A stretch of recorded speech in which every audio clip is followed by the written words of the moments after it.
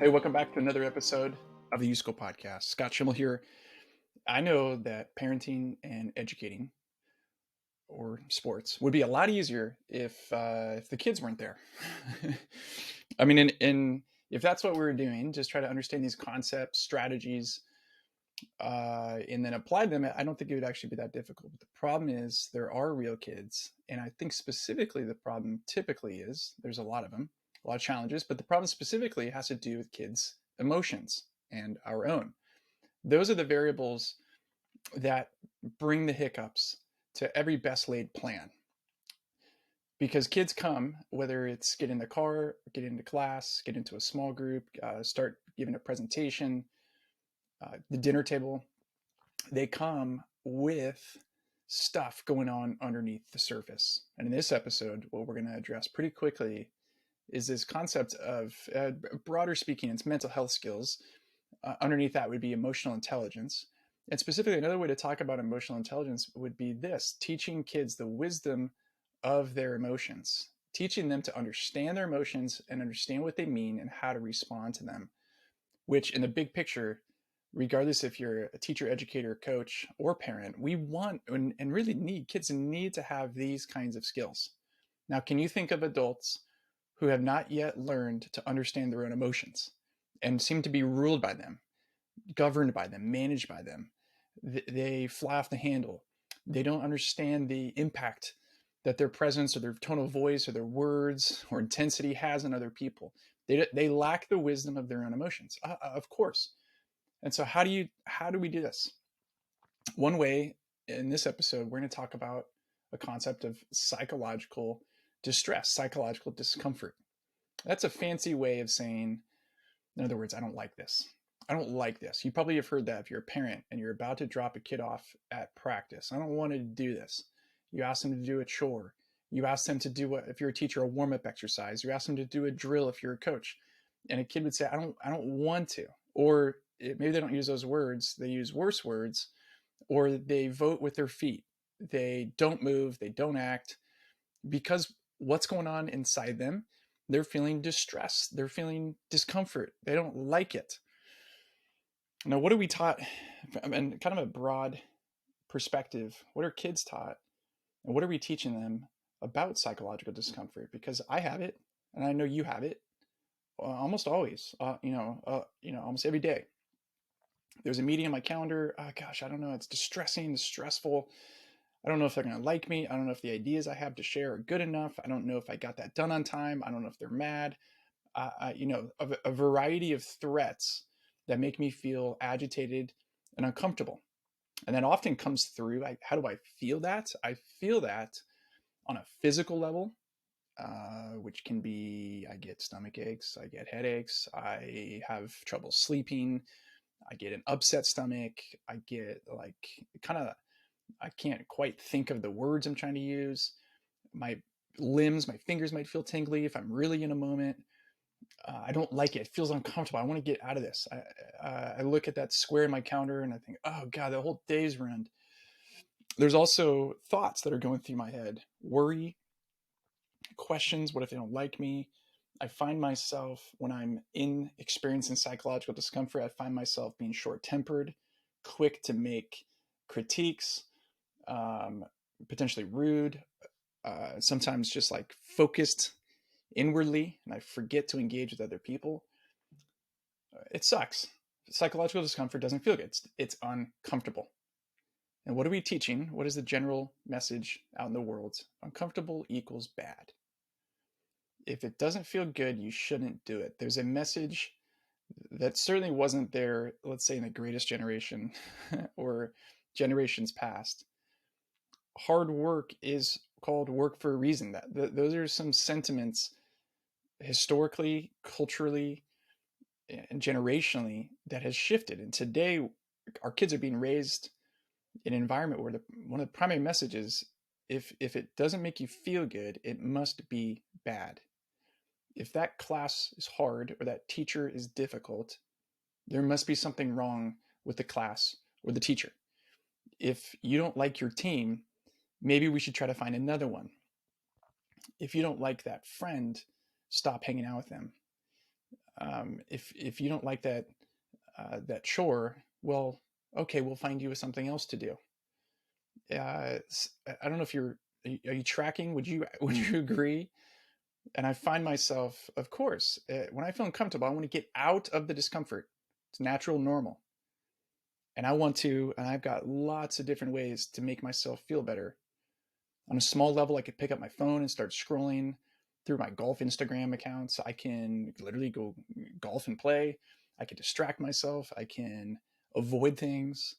I can get short tempered. There's a variety of ways to make myself feel better. Go eat something. Adults, we can go drink something. We can avoid, we can numb. If it doesn't feel good, get out of it. That's not good. But what if, here's the point of this episode, what if our emotions and the way our bodies are feeling are trying to tell us something? For example, kid is feeling guilty because they said something about a friend behind their back, a good friend that they like, and they said something negative, critical about them. And now they're feeling psychological discomfort called guilt. They're feeling anxious because they did not prepare for the presentation that's coming up. And it's uncomfortable. They're feeling trapped by a friend who's like really clingy and always wants to check in. Are we still friends? Are we still okay? And they want to hang out with you all the time. And they wonder why you didn't text them back. And a kid just feels kind of this sense of feeling trapped.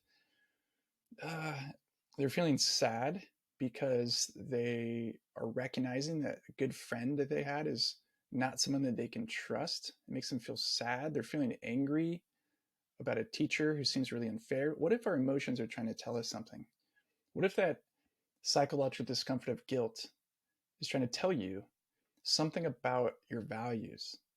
That's not how you treat people. What if your anxiety can be a messenger to prepare more next time?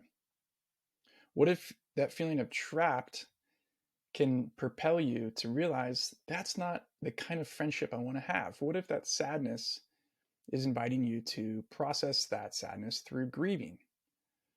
What if that anger is sparking you to understand that you need to ask for what you want more clearly?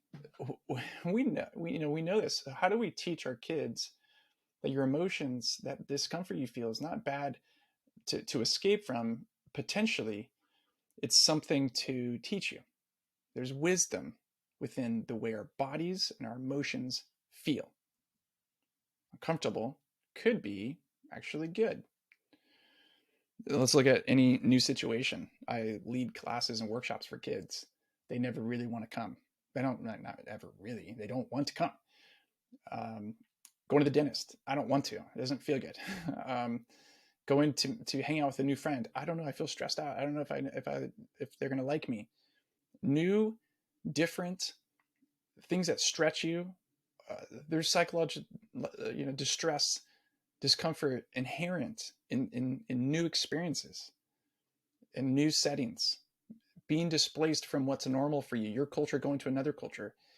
These things are actually good for us. That is the definition of growth, that there is no growth without feeling uncomfortable. So psychological discomfort, number one, might be teaching you things, wisdom in those feelings and emotions. Psychological discomfort that you're feeling might actually be an indication that there's something good for you on the other side, might teach you something. But of course, there's a caveat. Now, to teach kids to override their emotions. No, even though I feel bad or feel guilty or feel trapped or feel anxious, the adults in my life are saying, don't trust that. Go with it, and something good will happen. Well, of course not. I mean, this is not an overarching rule. If you're feeling uncomfortable in a friendship, psychological discomfort about doing something that you just don't feel comfortable with, like, pay attention to that. That's the whole point. That's the whole point of this. And here's the 3 steps.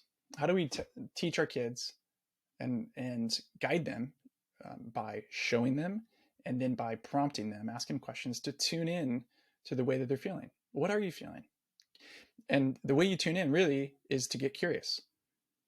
Where are you feeling this in your body? What is the emotion? And there's a great psychologist, a guy named Dan Siegel. He's written a lot of books on child psychology and attachment theory. He has this phrase, name it to tame it. If there's psychological ease that comes when you name your emotions. Actually, your brain becomes more congruent, and there's some peace and deactivation that happens when you do that. So tune in, get curious, and then check out loud with somebody else how you're feeling and what you're feeling, and allow someone else that you trust and is mature and wise to shape that. So, is this making sense? We need to teach our kids the wisdom of their emotions and recognize that psychological discomfort can be a really good thing. And it can certainly be a teacher for us. And the more we tune in, the more we get curious, the more we learn how to name and talk through these things and teach our kids how to do that, the better off they're going to be, the wiser they're going to be, the more connected with themselves they're going to be, and it's going to lead to their flourishing. We'll be back next week with another episode of the YouSchool Podcast. Hey, thanks for joining in on the YouSchool Podcast. We'd love to share with you the resources available on our website at theyouschool.com. Not just articles, ebooks, worksheets, and other podcast episodes, but specifically, you should know about a free course we have available called the Real Me course. It's digital, it's interactive, and it'll guide you to get clear about who you are and the great story you could tell with your life. So go register for a free account and get started on the Real Me course today at theyouschool.com. That's theyouschool.com.